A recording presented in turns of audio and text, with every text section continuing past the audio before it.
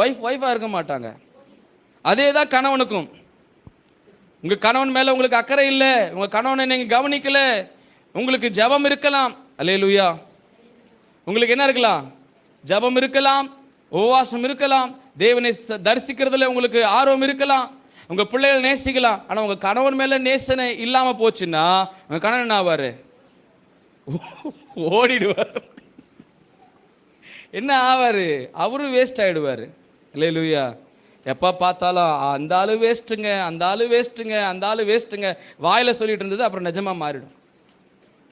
ஆமேன். யாரோ சொல்கிற மாதிரி தெரியுது. கவனிக்கிறீங்களா? இதுக்கு ஆமேன் சொல்ல வேணாம், வேஸ்ட் ஆகக்கூடாது உங்கள் கணவர். ஆமேன்.